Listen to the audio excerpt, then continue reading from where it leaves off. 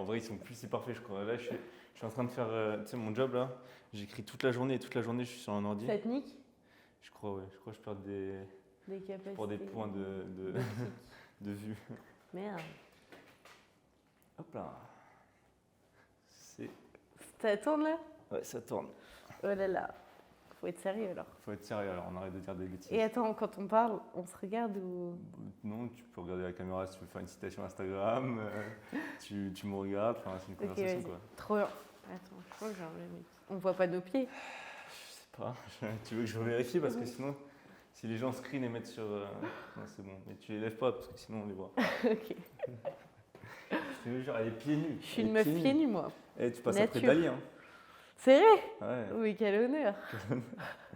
Bon alors, présente-toi un petit peu. Ouais, ok. Donc. Tu peux te saucer. Ouais, bah t'inquiète, c'est le moment là. Je m'appelle Candice, j'ai 19 ans. J'ai suivi des études de diététique parce que la santé, le biohacking et tout, c'est un truc qui me hype pas mal. Et à côté de ça, donc j'ai une marque de bijoux que j'ai créée il y a 1 an et demi, sur laquelle je travaille à plein temps. Voilà. Donc on s'est rencontrés au séminaire, comme Yes. un podcast. Il y a quelques jours, hein, mais on croirait que ça fait. Ça fait un peu trop à l'aise. Bon, moi ce que j'aime bien poser en première question, c'est Yes. comment est-ce que tu étais quand tu étais petite? Ok. Genre, est-ce que tu avais des rêves? Enfin, est-ce que tu étais chiante? Genre moi j'étais relou, tu vois. Ouais, c'est ce que tu me disais. Trop bonne question, c'est un truc dans lequel je me replonge pas beaucoup. Je sais que j'étais super créative. J'ai toujours eu ce truc d'aimer fabriquer tout le temps. J'étais là à confectionner, inventer et tout, des trucs. Donc en vrai, je pense que c'est lié au fait que maintenant je personnalise les bijoux, etc. J'ai toujours su au fond de moi que j'obtiendrais ce que je voudrais. Genre que j'aurais la vie que, je sais pas, genre une vie vraiment épanouie et tout. En vrai, je l'ai toujours su. J'ai jamais été inquiète par ça. Juste, évidemment, j'avais aucune idée du chemin que je prendrais. Voilà. En vrai, j'ai toujours été une petite princesse, mais ça change pas.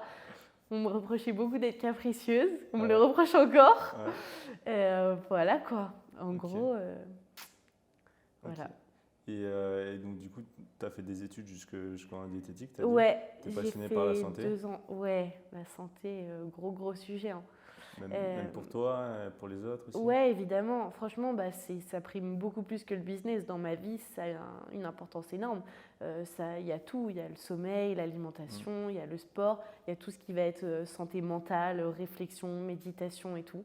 C'est hyper important et ça me passionne. Et donc, j'ai arrêté mes études pour ma marque, mais c'est pas pour autant que je vais pas continuer de me former, au contraire.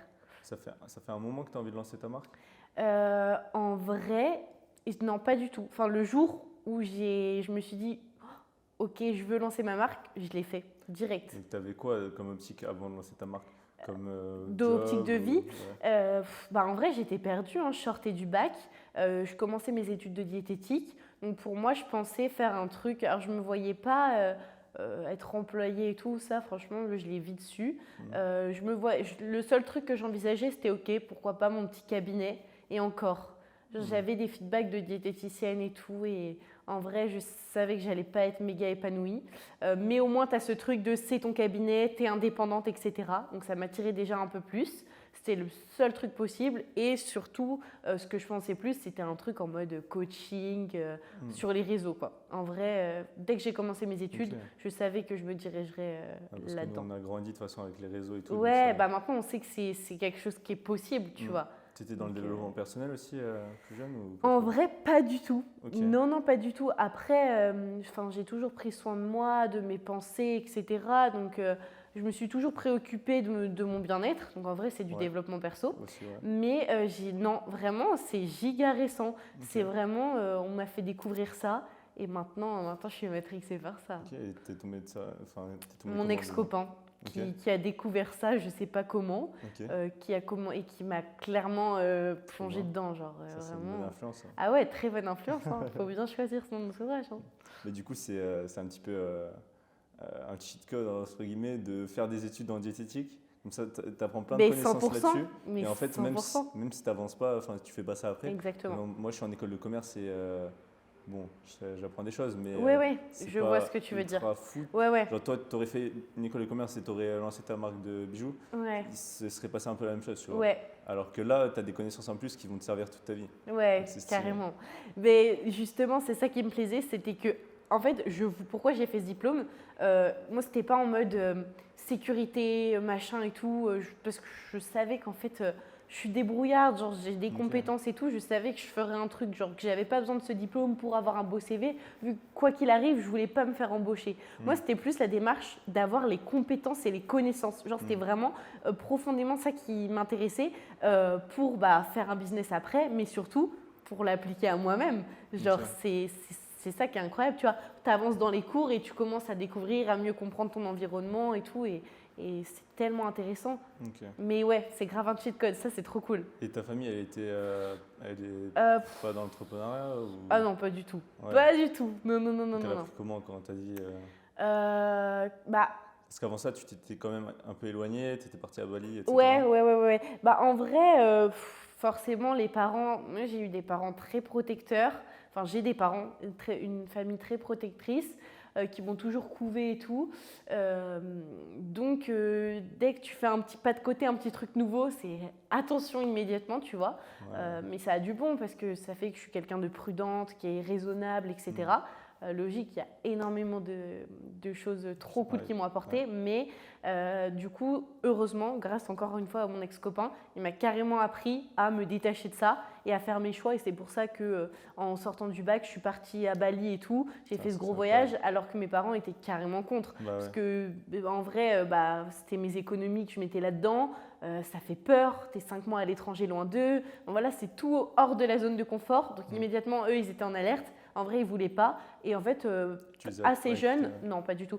Parce que, en fait, je sais aussi que j'ai confiance en moi. Je sais que je suis quelqu'un qui fait attention, qui est raisonnable, qui est respectueuse et tout, qui allait leur donner des nouvelles. Et en fait, je savais que ça allait bien se passer. Donc, à partir de ce moment-là, je ne voyais pas pourquoi me priver de cette expérience. Et j'ai su me détacher justement de mes parents et tout en sans couper les liens et tout, en essayant au maximum de leur communiquer. Mais quand tu vois que ils ne sont pas réceptifs, en vrai, faut faire tes choix, tu vois. Et toujours, et aussi ce qui me conforte dans cette idée, c'est que justement, je suis partie à Bali, donc au départ, dégoûtée. Après, en vrai, tu fais ton départ, donc ça se passe bien, ils t'accompagnent et tout. Et en fait, quand j'étais là-bas, c'était les plus heureux. On s'appelait tout le temps, ils voyaient à quel point j'étais épanouie. Et au final, ils étaient trop contents pour moi. Et du coup, là, j'étais en mode, ok, voilà. Tu vois, genre, même si tes parents, ils sont bienveillants et ils veulent le meilleur pour toi, genre, ils ne sont pas toujours alignés avec… c'est ça, ils ont genre leur vision de toi. C'est ça, tu vois. Genre, ils réfléchissent à ce que tu vas faire depuis plus longtemps que toi, limite, parce que avant que tu naisses, naisses, ils s'imaginent déjà ce que tu vas faire. Et si tu t'éloignes de la ligne,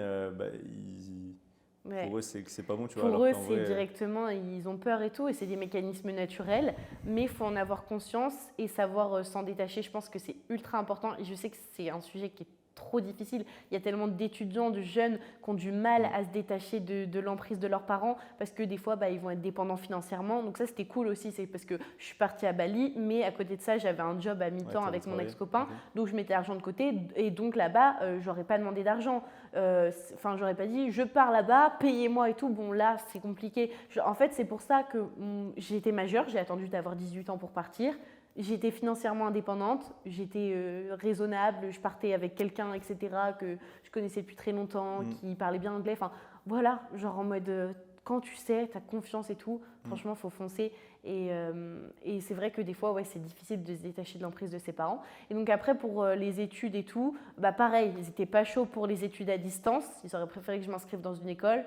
Encore une fois, j'ai suivi ce que j'avais envie de suivre et tout.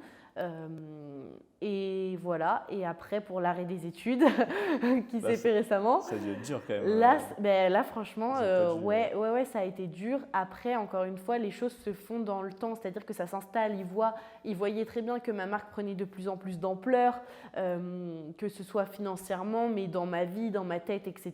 Ils voyaient aussi en fait que ça me crée un énorme mal-être de gérer ces deux vies étudiantes et entrepreneuriales. et que ça me coûtait trop sur ma santé. Ils me voyaient pendant des mois ne pas dormir, être stressée, ne pas être moi en fait. Donc ils voyaient quand même cet impact négatif, mais pour eux la solution c'était de réduire l'impact de ma marque de bijoux. Et pour moi c'était une solution inenvisageable.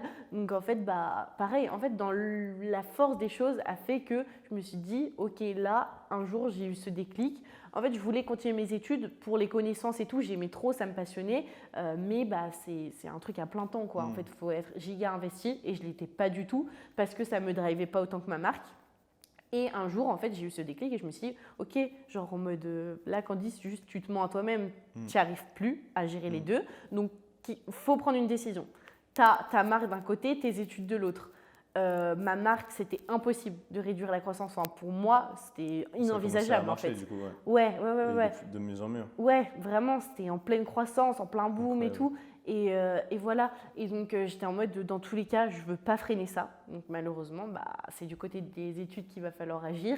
Et je me suis dit, en vrai, je ne suis pas prête à sacrifier encore des mois et des mois à étudier, etc. Alors que, même si les connaissances et les compétences m'intéressaient, ce diplôme, une fois que je l'aurais eu, il aurait été dans ma poche, mais il ne servait pas à grand-chose. C'est sûr, après, c'était surtout une sécurité. Moi, c'est aussi pour ça que je suis dans le bachelor. J'ai failli le quitter l'année dernière. C'est un argument qui revient beaucoup et je peux comprendre. Et en vrai, tu perds rien, tu vois, 1 an et tout. Si toi, tu es prêt et que tu vis pas mal le process, fais-le, tu vois. Tu as ta petite sécurité, tu n'as pas de conflit avec ta famille, tu apprends quand même des trucs. En vrai, je peux très bien comprendre, tu vois. Et moi, c'est pour ça que j'étais bien dans mon truc. Mais le jour où je me suis rendu compte que ça me coûtait trop, là, j'ai agi, en fait, c'est tout. Mais Big up maman, ça fait sur 3 podcasts, ça fait 2 podcasts avec des déscolarisés, ça arrive ça. Non, je rigole, on peut paniquer. Mais oui, je vois très bien parce que même moi déjà là, j'ai pas d'entreprise ni rien, mais mes journées elles sont déjà complètes, tu vois. Donc, avec une marque en plus qui augmente, j'imagine pas. Mais d'ailleurs, après t'es un athlète, tu vois, donc un athlète, n'abusons pas. T'es un athlète. Je fais du sport pas mal d'heures, mais bon, athlète. Donc forcément ça prend un temps considérable. Et là, du coup, tu parles de ta marque, mais en vrai, tu ne l'as pas présentée encore. Ouais, c'est vrai. Faudrait que tu la présentes quand même. Faudrait que je la présente. Donc, Juicy, c'est une marque de bijoux en acier inoxydable. Je propose une sélection de pièces que je choisis et teste, etc., chez des fournisseurs et d'autres que je vais personnaliser, assembler à la main, etc. Ça me permet de faire pas mal de contenu autour. Principalement sur TikTok et Instagram. J'ai une bonne communauté, je suis très proche de mes clientes et de mes abonnés en général et tout. La marque, la DA, c'est genre très fun, très coloré, très en fait moi. Voilà. Clairement, ma cible de clientes, c'est moi-même. Donc c'est plutôt facile. Ça, c'est un peu un cheat code aussi quand tu commences un business. C'est cool si tu peux vraiment t'adresser c'est hyper important d'avoir un profil type, un avatar client, bon ça tout le monde le sait, mais si en plus cet avatar client c'est toi, c'est trop facile. Donc ça c'est cool. Et puis voilà, ma petite marque que j'ai lancée donc il y a 1 an et demi.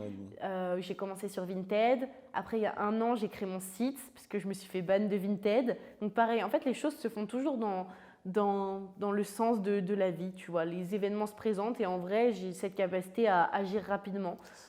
Voilà. C'est un trait de personnalité que j'ai, je ne me pose pas trop de questions. Alors forcément, des fois, ça te coûte, mais des fois, c'est pas mal pour avancer. Et donc voilà, mon site il y a 1 an. Au départ, franchement, c'était un petit truc à côté. Et franchement, je m'y investissais pas beaucoup. Puis après, il y a eu un tournant, c'était vraiment récemment, novembre 2023. J'ai lancé des calendriers de l'Avent, ça a super bien marché. Et là, l'engrenage s'est mis en route. Et là, depuis, j'ai jamais arrêté la création de contenu. Ça prend de mieux en mieux.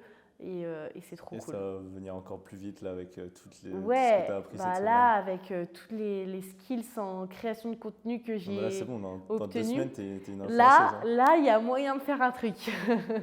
Non, ça va être très bien. Je suis sûr que ça va très bien marcher. Et du coup, pour le moment, tu es toute seule?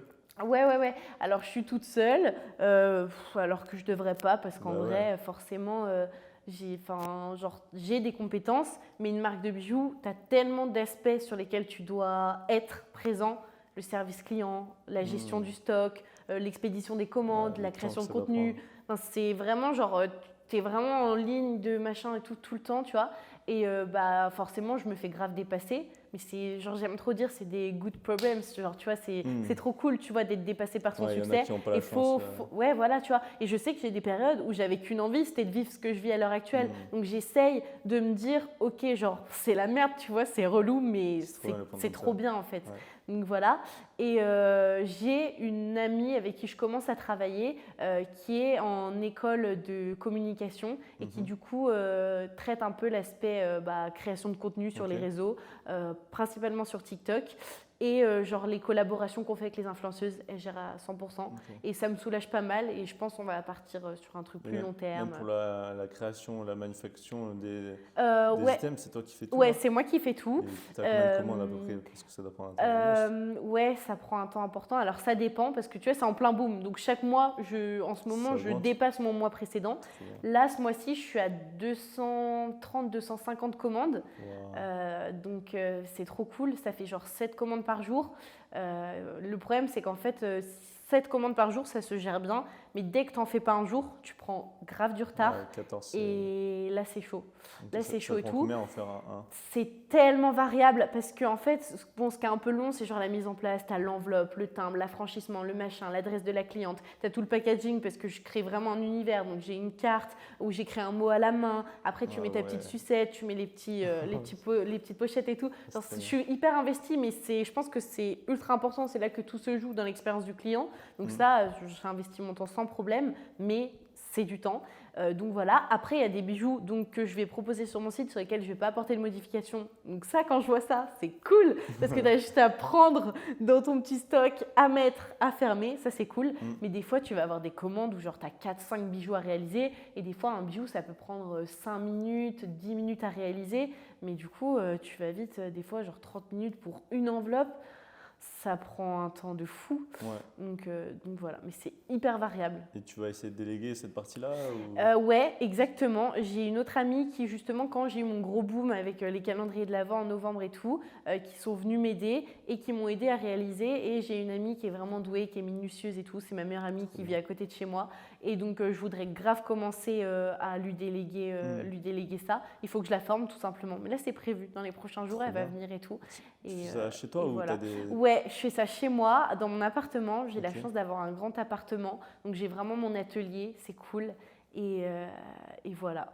Trop mais bien. Du coup, je vis un peu tu vis débuts. au milieu de l'atelier, quoi. Et quand tu vois les grosses marques, je sais pas, là je pense à Gymshark par exemple, ils commencent dans leur garage. Ouais, c'est ça. Et tu as tous les colliers, après il y en a de plus en plus, et tu en as tellement que tu es obligé de prendre un local. Des bureaux un jour et tout, putain, ça serait fou. C'est aussi ce frein-là pour employer qui fait que je peux pas, pour le moment, voilà, c'est chez moi, je peux pas employer une inconnue qui va venir chez moi. À la maison. Voilà, tu vois, genre elle va aller faire la sieste dans mon lit, enfin, tu vois, la limite est pas bonne. Donc là, comme c'est des proches à moi, c'est trop cool parce que c'est mes copines qui ont l'habitude de venir à mon appart. Ça, c'est génial pour commencer. Et à l'avenir, c'est ça qui va être un peu chaud, c'est ce switch. Si je dois prendre des locaux, c'est tout de suite une autre dimension, quoi. Donc voilà. En même temps, ça va faire... En même temps, c'est sûr que ça a un intérêt certain. Donc, Et tu as des fournisseurs, du coup? Où est-ce que tu te fournis? Ouais. Alors, du coup, pour me fournir, comme je suis en auto-entreprise, j'ai un numéro de tiré, etc. Donc, j'ai accès à des grossistes. J'en ai plein. Donc, c'était pas genre j'ai un en particulier. Mais j'avoue que là-dessus, c'est un truc genre vraiment, j'ai fait vite fait, j'ai testé et tout. Mais je sais que je pourrais beaucoup plus creuser, optimiser vraiment genre mes coûts d'achat, contacter les fournisseurs. C'est un truc que je fais pas parce qu'encore une fois, il y a tellement de points sur lesquels faut être présent que j'ai pas pris le temps. Mais là, je vais essayer de me pencher sur des fournisseurs plus opti et tout. Ce serait cool. C'est trop bien. En fait, tu as tellement de points à optimiser. C'est un peu comme un jeu vidéo, tu vois. Ouais. Genre petit à petit, vraiment. Tu grandis. Je crois que tu peux presque jamais t'arrêter. Enfin, tu vois, il y a tellement de choses que j'ai optimisées depuis le début, mais il me reste encore tellement de choses il y a tellement de choses que je fais pas, tu vois. Genre, par exemple, j'ai même pas de newsletter, tu vois, alors que je pourrais, du coup, trouver quelqu'un qui m'écrit mes petits mails, genre toutes les semaines, quand il y a des offres et tout. Enfin, genre, ça, c'est un mini point sur les milliers de trucs que je peux faire. C'est ça qui est cool, tu vois. Du coup, j'essaye de gérer. J'ai toutes ces choses en tête qui sont sur mon Notion et tout. Je sais un peu les projets qu'il faut que je fasse, mais comme c'est pas le 80-20 de maintenant tout de suite, je m'en préoccupe pas. Et petit à petit, quand je check un truc, ok, là je me dis bon, je peux commencer à me pencher là-dessus et là-dessus et là-dessus, et c'est cool. Incroyable, une vraie businesswoman. Mais tu as des inspirations là-dedans En fait, c'est un peu compliqué parce que déjà, en manière générale, entrepreneuriat autre que bijoux et tout, en vrai, il y a beaucoup de garçons qui sont sur le devant de la scène, enfin d'hommes, il y a moins de filles.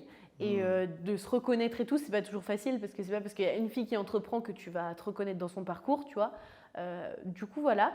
Il y en a pas mal qui m'inspirent. Alors, en dehors des marques de bijoux et tout, genre par exemple il y a Allo Alaya, j'adore. Parce que elle c'est une putain de premier truc santé, c'est une putain de sportive, genre alimentation, sport et tout à fond, ça j'adore, je suis trop fan. Et elle partage beaucoup son contenu lifestyle, un peu des hauls, des trucs de filles qui moi m'intéressent de fou. Et à côté de ça, en plus, elle partage grave les dessous de sa marque et tout. Elle a pas mal d'employés, donc ça c'est une fille qui m'inspire de fou furieux, genre vraiment incroyable. En plus, elle est bien présente sur YouTube et tout, c'est trop cool. Et c'est vraiment quali tout ce qu'elle fait, j'adore. Bon, elle a des super équipes parce qu'elle a su justement bien s'entourer. Il va falloir que tu trouves des gens autour de toi. Exactement, sinon ça va être très dur. Ouais, vraiment, il faut, c'est hyper important. Et après, en marque de bijoux, vraiment qui m'inspire, c'est un peu compliqué parce que soit tu as d'un côté les grosses marques, genre hyper connues, tu vois, genre soit les marques en mode Cartier, Tiffany, Co, ou tu vas avoir genre Histoire d'Or, tu vois, ça c'est des grosses marques sur lesquelles je m'identifie pas du tout parce que c'est des marques très impersonnelles, tu vois. Moi, c'est une marque très tournée autour de mon image à moi, donc qui est évidemment unique. Il n'y a pas trop d'autres Candice, mais du coup, en vrai, il y a des grosses marques que je regarde beaucoup pour mon contenu, je m'inspire énormément, c'est trop important. On l'a appris ici, genre faut tout le temps, genre tu regardes ce qui marche, tu reproduis, et plein de fois, le secret, genre là par exemple, récemment, je suis passée genre de 1500 à l'âge 7005 abonnés sur Insta, juste parce que j'ai vu une meuf qui faisait un truc, une trend, je l'ai refaite. Ça a trop bien marché. J'ai refait. Et là, tu vois, je vais bientôt taper les 10K. Donc, trop cool. C'est hyper important de s'inspirer et tout. Genre, vraiment, c'est trop important. Et il y a pas mal de petites marques et tout que j'aime bien, qui sont trop cool. Donc, voilà. Ok. Et du coup, pour parler un peu plus des réseaux, tu le fais pour une... donc, tu as sur ta marque une DA particulière et sur ton compte, du coup, un branding aussi particulier. Oui. Et tu essaies quand même de différencier mon perso de... ta marque de ton perso, Ouais. Alors, du coup, c'est ça. Sur vraiment Juicy, où ça va être très coloré de fou, très fun, plein d'emojis, plein de... Genre vraiment de trucs, tu vois, genre très expressif et tout, parce que c'est carrément une partie de ma personnalité. Et sur Candice, j'essaye de développer justement, c'est pour ça que je suis là cette semaine et tout, vraiment mon storytelling, mon personal branding, etc. Vraiment Candice entrepreneuriat, qui raconte son aventure avec Juicy, mais Juicy c'est pas du tout une fin en soi, ou c'est pas genre ce qui me définit à 100%. Je partage du coup aussi un peu de sport, etc. Ma petite vie de meuf quoi, de 20 ans, enfin de 19 ans. Et j'ai aussi cet aspect un peu plus épuré et tout que j'aime bien et que j'essaye de retransmettre pour se détacher un peu du truc trop extravagant, coloré et tout, qui est moi, mais pas à 100%. Donc là, j'essaye de développer un truc un peu plus clean, tout en partageant quand même ma personnalité qui est quand même un peu expressive. mais tu fais ça pour... juste pour partager, pour toi ou pour plus inspirer les autres c'est quoi ton but plus global en vrai, bonne question. Mon but, c'est que c'est trop important, mais ça te rapporte des contacts, tu vois, t'attires, etc. Je sais qu'en participant ici, tu vois, il y a des... genre, par exemple, Noé, il va te riposter en story, et il y a d'autres entrepreneurs qui suivent son compte, qui vont être interpellés par toi, qui vont regarder ton compte, qui vont s'abonner, et après, un jour, tu vas poster, je sais pas, un truc, tu as besoin de ça, tu as besoin de ci ou quoi. Tu sais, ça fait des contacts, en fait, c'est important, je pense, pour ton réseau, en fait, tout simplement. J'aimerais acquérir aussi une communauté pour, à l'avenir, pourquoi pas, me placer du côté un peu formatrice et tout, pour, pourquoi pas, accompagner les filles à lancer, justement, leur marque hyper... ça serait cool. Si tu commences à être niché, que tu as déjà l'expérience ça pourrait, que tu veux vendre. Tout à fait. J'attends aussi donc de développer une communauté Et aussi, d'avoir évidemment ce crédit avec ta marque qui a déjà bien fonctionné, ça c'est important. Donc en vrai, je fais ça pour le kiff parce que j'aime trop à la base. Ça fait longtemps que je publie du contenu sur Insta en perso régulièrement, même s'il y avait que mes amis qui me suivaient et tout. En vrai, j'aime trop, tu vois, l'esthétisme et tout, c'est sympa. Tu travailles tes petites stories, c'est cool, ça fait plaisir. Et aussi, en vrai, un intérêt business, je pense que c'est important, c'est ta façade en fait. Et surtout quand tu peux pas lancer ça.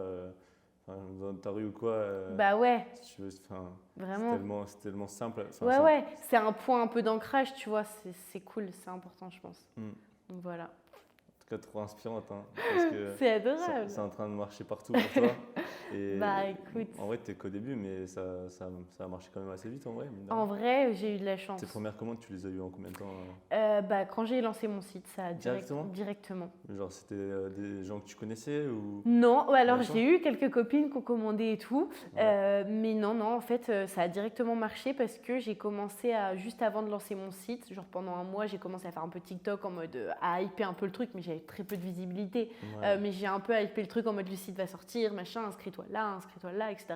Justement, j'avais récolté à ce moment-là les emails. Au début, je faisais des newsletters. Mon ex-copain faisait mes petits mails. C'est un truc que j'ai laissé tomber, c'est trop dommage. Mais en gros, non, c'était... Et un jour, genre quelques jours avant le lancement, j'ai un TikTok qui a bien marché. Et c'est ça. En fait, ça m'a rapporté mes premières ventes. Dès que j'ai lancé, première vente et tout, 1 000 € dans le premier mois. Donc, moi, pétage de crâne. Voilà quoi. Est-ce que tu approches des 300 publications, comme nous dit Dali et tout, pour les 10K Ouais. Non. En vrai, j'ai eu de la chance parce que je trouve que quand j'ai commencé à me mettre sérieusement et avoir de la régularité, ça a payé. C'est trop motivant. C'est comme dans le sport. Genre, tu vois, voir les résultats, c'est ça qui te tient en haleine et tout. C'est trop fort.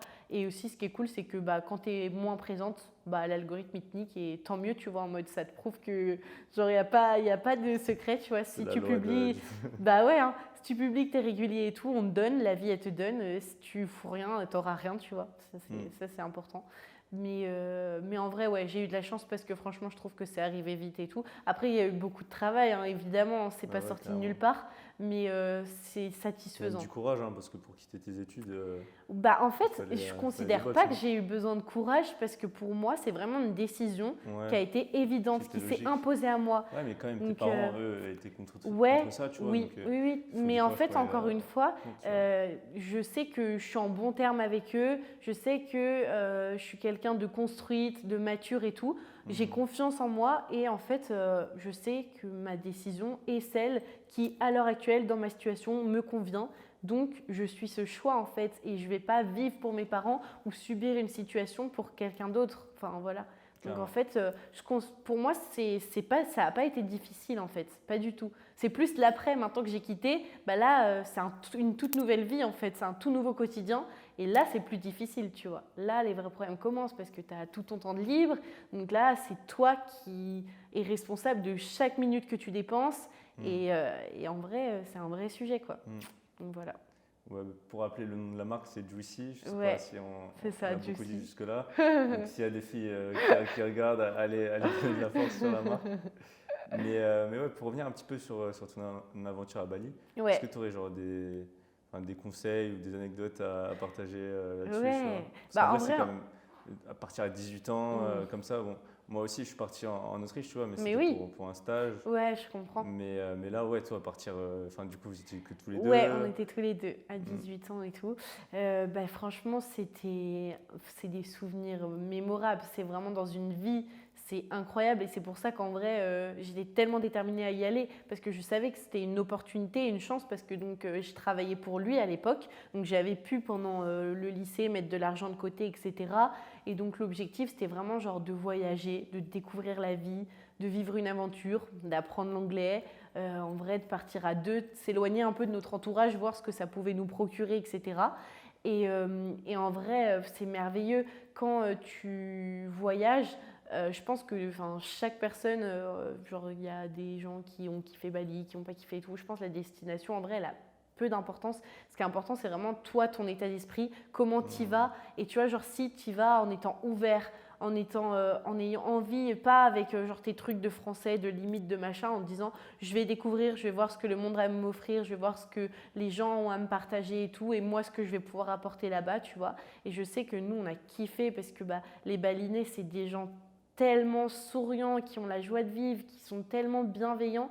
Et au quotidien, c'est un régal. Et des anecdotes, bien sûr, on en a plein. Mais tu vois, genre, nous, ce qui nous a frappé là-bas, c'est vraiment la gentillesse, mais profonde des gens. C'est pas ce truc, quand tu vas dans certains pays, de ce que j'ai entendu dire, genre des fois, par exemple, tu vas te balader et tout, on te fait des grands sourires, mais tu sais, c'est vraiment pour t'alpaguer parce que tu es un touriste et qu'on veut te vendre des trucs et tout, tu vois. C'est de la fausse gentillesse là-bas, profondément, mais ils sont adorables. Et tu vois, tu es là, tu te balades dans la rue, si tu croises le regard d'un Balinais et tout, immédiatement, tu as un sourire sur leur visage. Alors qu'en France, souvent, quand tu croises un regard, tu te regardes. Soit tu te regardes pas. C'est bizarre de sourire à un inconnu dans la rue, tu vois.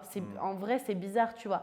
Et là-bas, mais au contraire, faire la gueule, c'est bizarre. Et là-bas, pareil, genre les serveurs, parce que du coup, on mangeait tout le temps dehors, en fait, parce que c'était beaucoup plus simple et qu'ils font des super plats hyper sains, c'est pas cher et tout. Enfin, voilà, genre, on mangeait tout le temps dehors, donc on était tout le temps servis par des serveurs et tout. Il y a beaucoup de services dans ces pays-là, généralement. Et ce qui était ouf, c'est que ce qui nous a marqué, c'est genre peut-être en 5 mois, les 2 serveurs un peu aigris qu'on a rencontrés. Tellement tout le monde, c'est des amours. Genre, alors qu'en France, quand tu as un serveur ou une serveuse qui est particulièrement gentil, ça va te marquer. Tu vois, genre, ça, en vrai, ça va vraiment te marquer. C'est waouh, genre, ça sort du lot. Alors que là-bas, c'est vraiment genre les gens aigris qui sortent du lot. Et ce truc, en vrai, il a changé beaucoup de choses. Mais vraiment. Ouais, c'est aussi le niveau de vie qui est un peu plus bas, peut-être. Ouais, je sais pas comment ça s'explique. Ils sont heureux avec moins. Sans doute, sans doute. Mais en France, ouais, c'est sûr qu'en vrai, je pense que c'est particulier à la France. Il n'y a pas énormément de pays qui sont dans cet état-là. Ah ouais. Je pense aux États-Unis, ça doit être un peu différent. Quand même. Franchement, j'ai pas été même voir. Là, je suis à Vienne, donc c'est quand même censé être un peu européen. Ouais. Et les gens sont plus ouverts. Tu vois, je suis arrivé avec mon gros vélo, mes 2 valises. Quand je suis arrivé à Vienne, donc c'était mon tout premier jour, je connaissais rien. Et il y a une dame, elle voyait que je galérais parce que je n'arrivais pas à rentrer dans le tram, dans le métro, parce qu'il y avait trop de monde dedans et que j'avais toutes mes valises. Elle m'a aidé et carrément, après qu'on est sorti du métro, elle m'a aidé à aller jusqu'à ma résidence alors que j'étais loin, tu vois, pour prendre mes valises et tout, mais sans rien me demander ni rien. Donc même au-delà de ça, la ville est propre, tu vois, il y a du respect. À ce niveau-là, alors qu'en France c'est un peu plus compliqué, tu vois, dans la rue, je sais pas, à Paris ou quoi, c'est un peu dégueulasse. Ouais. Mais justement, autre chose qui m'a énormément frappée, moi particulièrement, c'est que là-bas, en 5 mois, il n'y a pas une seconde où je me suis sentie en insécurité. Ah ouais. Mais vraiment, alors que quand tu es une jeune fille, que tu as 19 ans, etc., que tu es jeune, je peux te dire qu'en France, il n'y a pas une seconde où tu te sens en sécurité dans la rue. Franchement, oui. Et là, mais bon, déjà, on a croisé genre un mendiant en 5 mois. Genre, il n'y a pas de SDF et tout. Enfin, ça, c'est fou quand même pour le confort de vie. Voilà. Alors, certes, le niveau de vie est plus bas et tout, mais tu n'as pas de personnes qui mendient dans la rue. On en a vu une fois, quoi. Je me rappelle très bien, en fait, en 5 mois. Alors que là, est-ce que tu peux me citer tu vois, genre, voilà. Et franchement, pareil. En fait, je pense que là-bas, de mon observation et de mon analyse personnelle, les hommes là-bas ont une énergie assez féminine, assez douce, assez bienveillante. Et bon, déjà, niveau physique, ils sont petits, souvent menus, etc. En fait, c'est des Asiatiques. Et du coup, il y a cette énergie très masculine. Et il n'y a pas ce truc de grave mal alpha qu'on peut retrouver des fois dans nos pays. Et je pense qu'en fait, c'est mon analyse. Mais du coup, ça change plein de rapports. Et là-bas, vraiment, les hommes sont mignons. Genre, les serveurs et tout, ils sont trop mignons, quoi.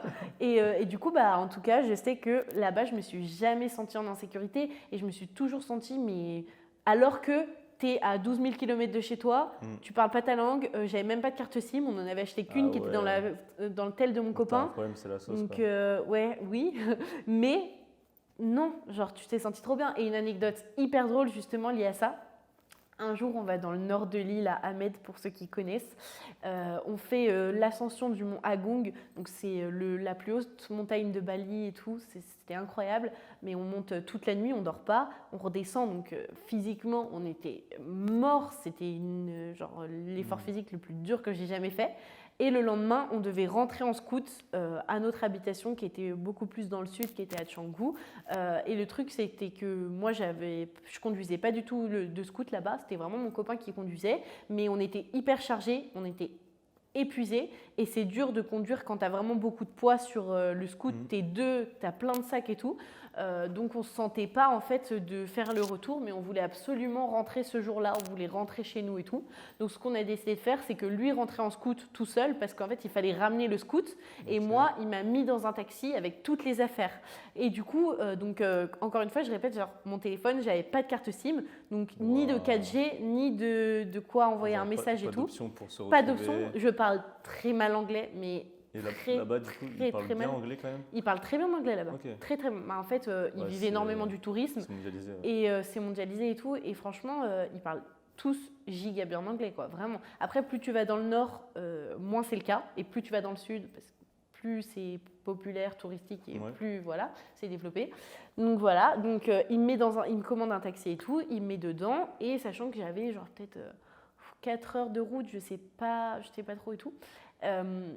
Et donc on se dit ciao quoi, et il me met dans le taxi d'un homme et moi j'étais exténuée, donc genre à la seconde je m'endors direct et tout, et tu sais, enfin pas peur et tout, donc voilà, j'étais tellement détendue, je savais que, et tu vois, il te parle et tout le temps, les taxis et tout, toujours adorable, il discute avec toi, c'est trop cool. Et genre 10 minutes après, il s'arrête. Et moi, tu vois, je suis pas en alerte. Enfin, en fait, je sais que tout va bien se passer. C'est inexplicable, mais t'es pas. Après, bon, bah voilà, genre, il n'y a pas d'endroit parfait. Il y a des gens mal intentionnés partout. Il faut toujours être un petit peu. Pas tout beau, voilà, tout rose, c'est pas du tout beau, tout rose. Et je suis sûre qu'il y a des gens à qui il est arrivé des trucs et tout. Mais en tout cas, là-bas, je me sentais tellement bien. Donc, il s'arrête et tout. Et là, il me parle et tout. Et moi, je comprends pas en anglais. Je fais yes, tu vois, genre, pas de souci. Il part et tout. Et là, il y a un autre de ses collègues qui arrive et qui prend le relais au volant, tu vois. Donc, et lui, mais super gentil, pareil, il arrive et il veut te rassurer et tout. Il fait hello et tout. Et il parle de faux et tout. Donc, voilà, moi, je m'en fous. Je redors à la seconde d'après. Et on repart et tout. Et on roule peut-être, je sais pas, 1 heure, 2 heures et tout. Et là, on était sur des grosses routes. Et là, il s'arrête encore sur le bas-côté et il me parle en... Donc, tu vois, là, des fois, ça pourrait être chelou. Ouais, en France, ça n'arrive pas. En France, t'as ça, t'es en mode... tu te barres, tu vois. Tu restes pas. Et là, il commence à me faire oui et tout, faut changer de voiture et tout, tu vois, genre... Ouais, je te jure, il dit faut changer de voiture et tout, machin. En gros, c'est mon collègue qui va prendre la relève. Et encore une fois, en France, tu me dis ça, mais je fuis. Là, je me dis, mais c'est bourbier de fou, parce qu'en plus, c'était une appli un peu comme Uber, tu vois. Donc forcément, tu es traqué à la plaque d'immatriculation, tu changes de voiture. Enfin, voilà. Et donc, mais en fait, c'est inexplicable, mais pas du tout. En fait, je savais pas du tout. Genre, je savais que c'est... En fait, tu es tellement dans cet environnement de bienveillance. Genre, du coup, ils m'ont fait changer. En plus, c'est vraiment, j'étais exténuée. Genre, j'avais pas d'énergie et tout. Du coup, ils me prennent les valises, ils me mettent dans l'autre voiture. Et pareil, un troisième chauffeur, du coup, il me fait hello et tout, trop cool. Et il arrive, il m'emmène à destination. Tout s'est giga bien passé. En plus, trop drôle. On arrive à la seconde même avec mon copain qui, lui, était en scout. Donc, trop drôle, le timing parfait. Et vraiment, mais incroyable. Et voilà, histoire de fou. Et en France... PTDR, genre le premier fois qu'il y a un chauffeur qui change, je fuis immédiatement, tu vois. En France, un chauffeur des fois... Ouais, déjà tu prends pas de beurre en France, mais en plus non, mais voilà. Donc histoire de fou. Hein. Les voyages, c'est quand même vraiment quelque chose de... Ah ouais, franchement quand tu restes chez toi, tu as l'impression qu'il n'y a rien de mieux ailleurs, mais dès que tu t'éloignes un peu, tu vois que... Bien sûr. Même Bordeaux, tu vois... Ouais. J'ai compris qu'il y avait mieux. Enfin, après, c'est quand même une bonne ville, Bordeaux. Oui. Il y a pire aussi. Bah, toujours. Mais ouais, il y a tellement d'endroits à découvrir dans le monde qu'il faut vraiment. Enfin, moi, j'ai envie d'en tester un max. Mais grave. Mais je pense aussi, même dans ton quotidien, ça, c'est une philosophie à développer. Mais même dans ton quotidien, tu vois, tu peux développer ce truc d'aller chercher l'aventure, d'aller chercher l'expérience. Genre, je sais qu'Oussama Ammar, il le dit tout le temps parce qu'il se fait grave critiquer, parce que tout le monde, il a toujours des histoires extraordinaires et tout le monde dit que c'est tout le temps fake et tout. Peu importe, en fait, lui dit dans tous les cas, moi je fais ce que vous faites jamais, c'est-à-dire qu'il va être assis dans un avion, il va parler au mec d'à côté.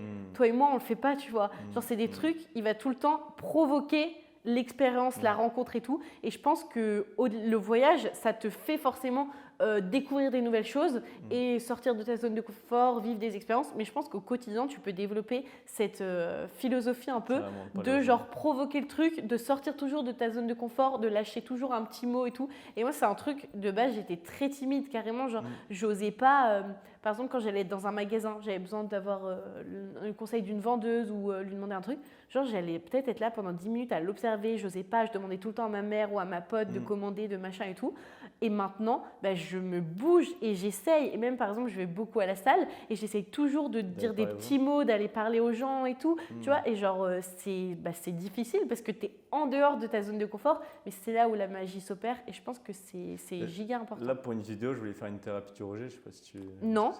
En gros, tu vas dans la rue et tu vas aborder des gens. Donc, bon, Noah et tout, ils voulaient aller voir des femmes, filles, dans la des rue, femmes. tu vois. Mais même au-delà de ça, aller parler à des gens, mais dire des trucs bien gênants, tu vois, que tu n'as vraiment pas envie de dire.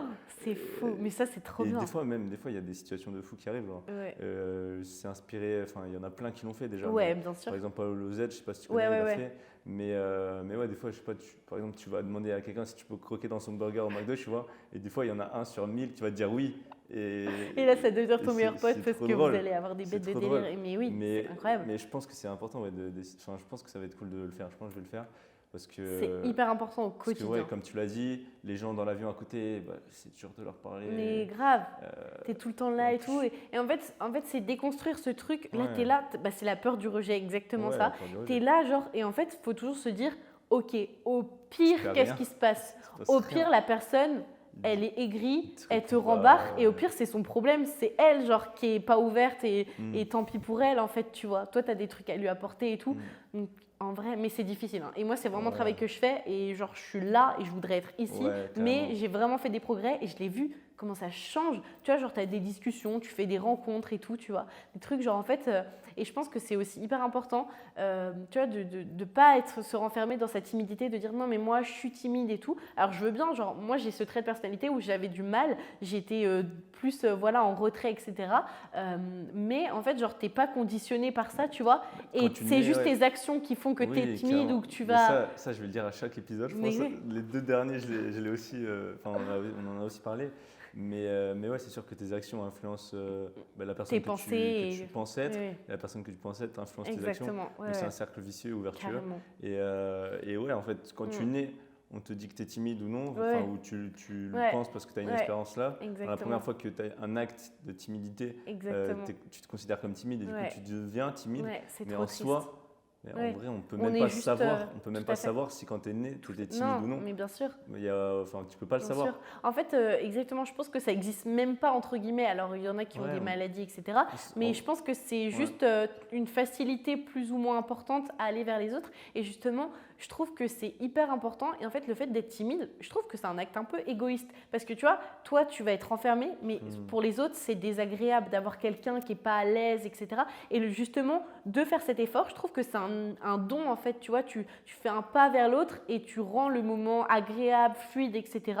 Et je trouve que c'est une bonne vision de se dire, je vais lui dire, par exemple, tu vois, genre, j'essaye de développer ce truc quand, imaginons, je vais voir une fille que je trouve belle, que je trouve qu'elle a une belle tenue, qu'elle a telle chose, qu'elle est gentille. Enfin, j'ai envie de lui dire quelque chose, tu vois. En fait, d'être timide, de rien dire et tout, c'est égoïste parce qu'en vrai, tu pourrais lui apporter du bonheur en juste lui exprimant ta pensée et tout, tu vois. Rien que sourire.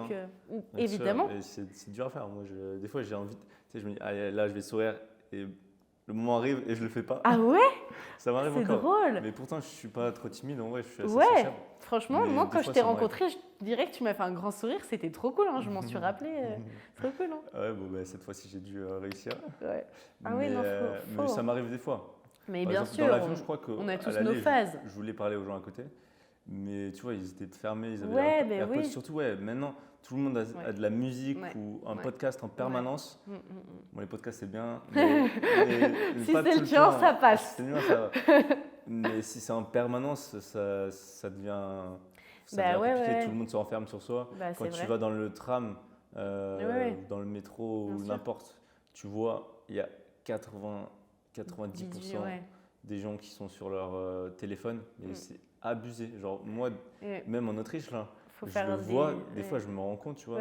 Et c'est fou. Genre, il il doit y en avoir 3 dans tout le métro qui sont pas sur leur tel. Mais vraiment, mais je sais parce que régulièrement je vais à Paris, donc je prends le métro et tout. Donc moi j'aime bien avoir mon tel dans mon sac et flâner, tu vois. Des fois je vais avoir mes AirPods pour mettre un peu de musique. Mais tu sais, je vais toujours regarder en l'air, faire des sourires aux gens, observer et tout. Et oui, vraiment, t'as personne qui te regarde. Et encore une fois, quand tu croises le regard des personnes, c'est bizarroïde. Genre, tu vois, il n'y a pas des grands sourires et tout. Je pense que quand il n'y avait pas Internet ni téléphone, ça devait être…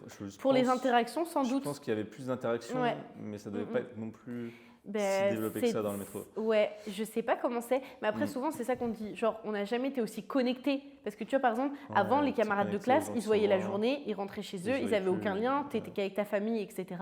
C'est pour ça aussi que je pense que la famille c'était un pilier tellement important, parce que tu passais, c'était la personne avec qui tu étais relié tout le temps. Donc on n'était pas connectés, maintenant on est giga connectés, genre on peut parler à la planète entière, que ce soit des inconnus ou quelqu'un qui a des milliers de kilomètres que tu connais et tout. Mais je pense qu'on est très déconnectés dans nos relations et tout. Malheureusement, c'est un peu le drame de notre génération. Les gens qui sont loin, et ça te déconnecte des gens qui sont les plus proches. C'est vrai. Et c'est triste. Et je pense que c'est un autre travail en tant qu'individu de justement aller vers ce truc de se dire ok, là je fais l'effort, tu vois, genre je mets pas mes écouteurs. Ok, là je fais l'effort, je range mon tel. Ok, là je fais l'effort, j'écoute la personne qui me parle. Ok, je donne ce sourire, je machin et tout, tu vois. Je pense que c'est hyper important de faire ce petit travail au quotidien. C'est un projet aussi de dopamine détox. Ça va aussi être une vidéo, je pense. Ah. Mais ouais, en vrai, YouTube, c'est aussi un prétexte, tu vois, pour tester te challenger et tout. C'est trop bien. Des trucs que je voudrais faire. Mais du coup, j'en fais une vidéo et je pense que ça va être Let's comme ça que go. ça va se passer, tu vois. Trop bien. Donc voilà. Bon, en vrai, je pense qu'il est déjà 11h10. On est 10 minutes en retard à la conférence. Non. Mais ouais, franchement, tu es trop intéressante, tu parles bien. C'est gentil, ça me touche. Tu as plein de choses à dire. Donc franchement, super. Je suis content déjà de tous les gens que j'ai eus jusque-là. C'est cool. Je pense que je fais le meilleur début de podcast de l'histoire. Je te jure. Hein. T'as des guests de qualité, hein. Attention. Alors là… Non, franchement, toi aussi, j'adore. J'ai kiffé, j'ai bien accroché, t'es lumineux et tout. Puis, t'es un athlète, tu te dépasses, ça c'est trop important. Ce mot athlète… T'as un problème avec ça? Non, mais je trouve que c'est pas le mot pour moi. Ouais. Athlète, c'est pour les gens, c'est leur vie. Ah non, genre c'est leur métier. Pour moi, t'es un athlète. Le niveau d'entraînement que t'as, etc. Pour moi, t'es un athlète. T'es pas un sportif. Je suis sportive parce que je fais du sport. Je suis loin d'être une athlète. T'en es un, clairement. Athlète, pour moi, il y a le métier derrière, tu vois. Ah ouais? Je sais pas. Genre pour moi, athlète, c'était genre les Grecs qui étaient dans les arènes. Genre ceux qui font les JO, quoi. C'est tout. Ouais, c'est ça, les JO. Non, en vrai, t'en es un. Dans tous les cas, tu es quelqu'un de très sportif, et du coup, tu as cette notion de dépassement de toi et ça, c'est trop important. Ouais, mais bien sûr. Ça, c'est trop important. Franchement, je pense que ça fait une grosse diff dans la personnalité quand tu as ce goût du sport et du dépassement de toi. Les gens qui font pas de sport, ça se voit direct, tu vois. Même s'ils sont pas gros ou quoi, ouais. Tu le vois, ils sont pas confiants, ils sont souvent, mais ça aide tellement. Ça aide tellement le sport. Ça aide tellement que ce soit d'un aspect santé vraiment physique et tout. Confiance en soi, évidemment, tu vois, que ce soit en tes capacités ou juste physiquement, forcément, parce que ça peut te sculpter et tout, c'est trop cool. Et dans ta tête et tout, moi je sais que justement, je me suis séparée récemment de mon ex avec qui je suis restée 5 ans et tout. Et en fait, je me suis rendu compte que j'étais super faible et j'avais pas de confiance. En fait, je me pensais très faible alors que je l'étais pas. Mais du coup, toutes mes actions, dès que ça devait sortir un peu de ma zone de confort, que je devais me challenger, je le faisais pas parce que je me cachais. J'étais couvée par mes parents, couvée par mon ex-copain qui était super bienveillant. Mais du coup, j'étais dans ce truc je me battais pas toute seule contre moi-même et tout. Sortir de sa zone et de le confort, fait, vraiment, je le faisais pas. Et le fait de me séparer, etc. Et j'ai commencé à fréquenter grave la salle. Là, récemment, je me suis mis au running et tout. Mais tu développes une confiance en tes capacités. Genre, tu te dis, tu es capable toi-même, genre déjà même pas de te motiver, mais d'être tellement déterminé que c'est naturel pour toi d'aller t'entraîner, etc. Tu vois, c'est même pas genre d'avoir la force en toi de te pousser, c'est en toi, c'est ancré que tu y vas en fait, ça c'est sûr. Et tu sais, d'être là, d'augmenter tes perfs, de tenir et tout, tu vois, genre tu es là, tu n'y arrives pas, mais enfin tu vois, genre tu vas au bout de tes séances et tout. Moi, ça m'a tellement donné confiance en moi et ça m'a forgé, mais de fou furieux. Mais même au-delà du dépassement de soi, etc., tu as aussi l'aspect… je trouve qu'on n'est pas très longtemps sur cette terre, tu vois. Et rien que le fait de ne pas pouvoir bouger, Parce que en vrai, quand tu fais du sport, tu améliores ta mobilité. Bien sûr. Quand tu cours pas déjà, quand tu n'as pas de cardio et que tu peux pas aller courir, je sais pas, dans la forêt ou quoi, je trouve ça trop dommage. C'est trop grave. Même le vélo, en vrai, le triathlon, je pense que c'est le meilleur aspect parce que quand tu es, de nos jours, tu vois, à part avec la voiture, mais en dehors de ça, tu n'explores rien du tout. Avec le vélo, tu vois, tu vois les alentours de ta ville. Carrément. Moi, avant, je savais pas ce qu'il y avait autour de Bordeaux, tu vois. Et maintenant, je trouve ça trop cool de pouvoir explorer, tu vois. Ça doit être trop bien. Ouais. Faudrait que je fasse une petite sortie en vélo, moi. Ouais, c'est trop bien le vélo. Après, c'est sûr que, en vrai, le vélo, c'est un sport trop particulier, tu vois. Ouais. Genre, c'est trop cool. Ouais, c'est trop bien. Je pourrais te convertir au vélo. Ouais, il faut m'initier au vélo, là. Triathlon bientôt. Ouais, bah t'as commencé. Là, t'as la moitié de ta jambe dedans. Là. T'as mis les chaussures de running, ça va arriver. Il faut là. Je vais acheter mon petit gilet d'hydratation et tout. Ouais. Je commence. Ah ouais. Ouais, je te jure. Mais moi, j'en ai pas. Il faut que j'en achète. Ah ouais. Ouais, il faut que j'en achète. Ah ouais, non, t'es pas un athlète en fait. Je retire ce que j'ai dit. Si, moi, je m'arrête dans les cimetières pour recharger les gourdes. Ah ouais, bah écoute. C'est le petit cheat code alors. Ouais, mais ça se développe vachement, tout le côté hybride et tout. Donc, mais grave, moi ça m'attire trop. C'est sûr, tu vas commencer un sport comme ça, c'est sûr. Ouais, bah c'est hyper complémentaire. Il y a Jeanne Joubert qui court, donc c'est bon, c'est que ça peut commencer. Ouais, grave, c'est cool. Ouais, ça se développe trop. Bah moi en vrai, je suis un petit mouton, j'aime trop suivre les trends et tout. Moi je suis un peu matrixée par ce que je vois sur les réseaux. Donc en vrai, t'es là, tu vois, go muscu et tout, j'aime trop. Et je vois plein de filles qui ont commencé, plein de garçons aussi, mais logique, je m'apparente plus aux filles. Plein de petites running girls et tout, ça donne trop envie. Et du coup, j'ai commencé et c'est beaucoup trop fort. C'est un banger le combo, tu vois. Vraiment, genre, t'es là, tu développes ta masse musculaire vraiment, genre en mode genre force et tout, ta puissance. Et après, tu développes ton cardio et tout. Et c'est trop bien, ça a trop d'effet. Je là pendant un an sur la salle. Sur la salle. Mais après, c'est normal. Je suis en train de m'effacer de la surface de la Terre. Non, t'abuses. mais ouais, il faut que je me remette à la salle. C'était un truc que j'aimais vraiment beaucoup. C'est un truc bien cool. Mais ouais, de toute façon, comme je disais, je crois que je l'ai dit dans la vidéo que je vous ai montré, mais le sport, en fait, te voir progresser et t'améliorer, c'est tellement... c'est limite du bonheur immédiat, tu vois. Ouais. Pas immédiat parce que c'est bon la première séance. C'est dopaminergique. Mais ça t'apporte de la dopamine, mais pas malsaine comme les réseaux sociaux. Tout à fait. Tu te développes et tu deviens fier de toi et tu grandis en fait. Alors franchement, ça te fait vraiment grandir et c'est fou. Et je pense qu'il y a tellement de sports et de pratiques différentes que je pense que tout le monde peut trouver vraiment un truc dans lequel il s'épanouit. Et pour moi, c'est un énorme red flag de ne pas pratiquer d'activité physique, tu vois. Pas en mode copain ou quoi, mais en général. En mode connaissance. En mode n'importe qui, tu vois. Franchement, c'est tellement... En fait, c'est ça, pour moi, ton corps, genre en mode... on est tellement fort en tant qu'être humain, genre c'est magnifique comment on est conçu. Et de se dire que genre t'es pas capable de te soulever, tu vois, par exemple, aux tractions. J'aime aussi ce truc au poids de corps, tu vois. Genre t'es pas capable de faire une pompe, t'es pas capable d'aller courir, de te traîner et tout. Je trouve ça trop triste en fait, tu vois.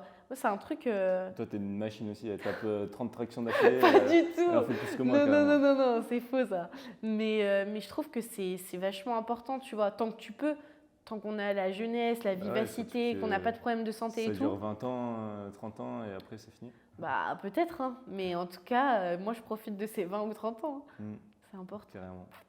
Voilà. Bon, merci d'être passé. Merci pour ton invitation, j'ai trop kiffé. De toute façon, je pense qu'il y a plein de choses à dire encore, donc peut-être un jour on en refera un. De fou, épisode 2. On fera un point sur... On va faire une série. sur l'évolution de ta marque et tout. Ouais, et toi, ton petit parcours d'athlète. Ouais, mais là, je suis qu'au début, hein. S'il faut, je m'arrête dans une semaine. Pas du tout. Bon. Merci. Merci à toi, j'adore. Non, c'était cool en vrai. Je peux enlever le micro ? Oui, vas-y. Ok. C'était trop cool, hein ? Merci. Merci d'être là.